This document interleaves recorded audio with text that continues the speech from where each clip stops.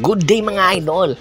Ang Northport Batang Pier at ang Blackwater Bossing ay mayroon ngang nilulutong isang blockbuster trade. Sa katunayan nga po, ang trade na ito ay naipasa na nga po sa Commissioner's Office. Nakabinbin na lang po at hinihintay na nga lang po ang approval ni Commissioner Willie Marshall. Dahil nga po ang Northport ay nasa pending na pagbibili ng pure blend, ay hinihintay na Commissioner Willie Marshall na maaprobahan ito ng Board of Directors or Board of Governors, na kung saan nagmi-meeting nga ngayon sa ibang bansa. Itong si Gio Halalon ay posibleng mapunta na sa Blackwater Bossing, pero marami po ang kumu-question dito sa pagpunta nitong si Gio Halalon sa Blackwater Bossing, dahil nga po napakadami na nga po ng mga point guard ng Blackwater Bossing. Aanhin pa nila si Gio Halalon, at ayon nga sa mga ulat, itong si Gio Halalon ay malaki ang posibilidad na dadaan lang ito sa Blackwater Bossing, at ang destination talaga nito ay ang Tropang Giga, na kung saan badly needed nga ang serbisyo nitong si Gio Halalon, na kung saan ayon nga sa isang report ay hindi pa daw makakapaglaro itong si Jason Castro, at malaki ang tsansa na baka magretiro na nga ito dahil nga meron na nga itong iniindang injury.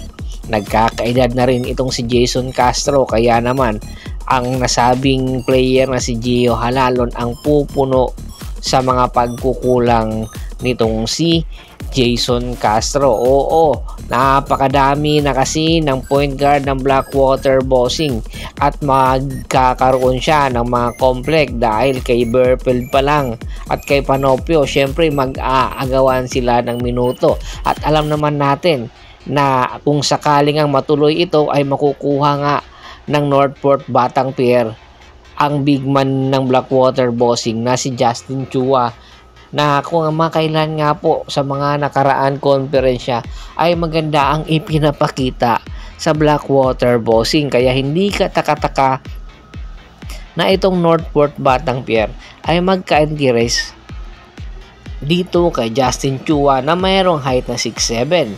Kulang kasi ngayon ang Northport Batang Pier ng big man, matapos nga pakawalan ng Northport Batang Pier itong si William Navarro, at syempre itong si Xavier Lucero at GM Calma. Naghahanap sila ngayon ng isang big man na makakatulong sa kanilang kampanya.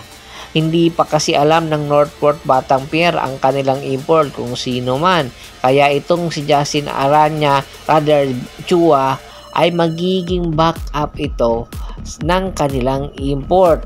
Hinihintay na lang rather ang mga approval sa nasabing blockbuster trade between Gio Halalon at Justin Chua, na kung saan mapupunta at magbabalik sa Northport Batang Pier. Kaya kaabang-abang ang mga tagpo kung papayagan mo ito ni Commissioner Willie Marshall or magdadagdag pa ng player ang bawat kupunan. Samantala itong si Terence Romeo, marami na ang kumukusyon, nasaan na nga ba itong si Terence Romeo na pinag-aagawan dati ng iba't ibang kupunan.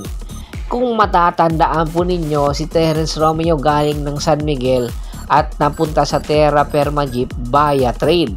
Itong si Terence Romeo ay hindi na rin bumabata dahil nga sa experience nito, marami ito kakayahan na na-improve niya.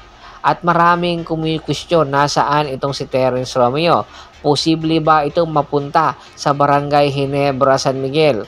Minsan nang tinanggi ni Coach Timco na hindi sila magkaka-interest kay Terence Romeo. Naniniwala ka ba kay Coach Timco? Lalong-lalo na wala talagang legitimate shooter ang Barangay Ginebra or scorer ang Barangay Ginebra bukod kay Justin Brownlee. Hindi na rin bumabata itong si Justin Brownlee, kaya kailanganin talaga nitong si Tim Cone ang isang legitimate scorer na sasandalan pagdating sa crunch time, at maibibigay nga ito ni Terence Romeo. Ngayon, wala pang negosasyon na nabubuo between San Miguel, Barangay Ginebra at ng kampo ni Terence Romeo. Kung sakaling ang magpipumirma itong si Terence Romeo, mas lalong lalakas ang Barangay Ginebra San Miguel. Tingin nyo, mapapapirma ba ito ni Coach Tim Cone si Terence Romeo? Komento na sa baba ng video at pag-usapan natin yan. Once again, this is Percival Monteron at your service. Don't forget to subscribe my sports channel at don't forget to click the notification bell button para nga maging updated palagi sa kwentuhan. At bago pa man natin tapusin ang ating kwentuhan, shout out mga tayo sa ating mga solid na followers na laging po sumusuporta po sa atin kay Kagawad at sa kinudukusin ng Hagonoy, Bulacan, Anthony Laquialon, Jerome Sideño, Rene Dineros, Scott Ranger, Michael Rosalado, Ricky Lanza ng Ricky Rider TV ng Tansa Cavite, Julius Roche. Pakibisita na rin po ng Facebook fanpage ko na Pulgoso, Hapres PH3 at Bostor po para sa mga karagdagan sports balita. Hanggang sa muling kwentuhan, maraming salamat po.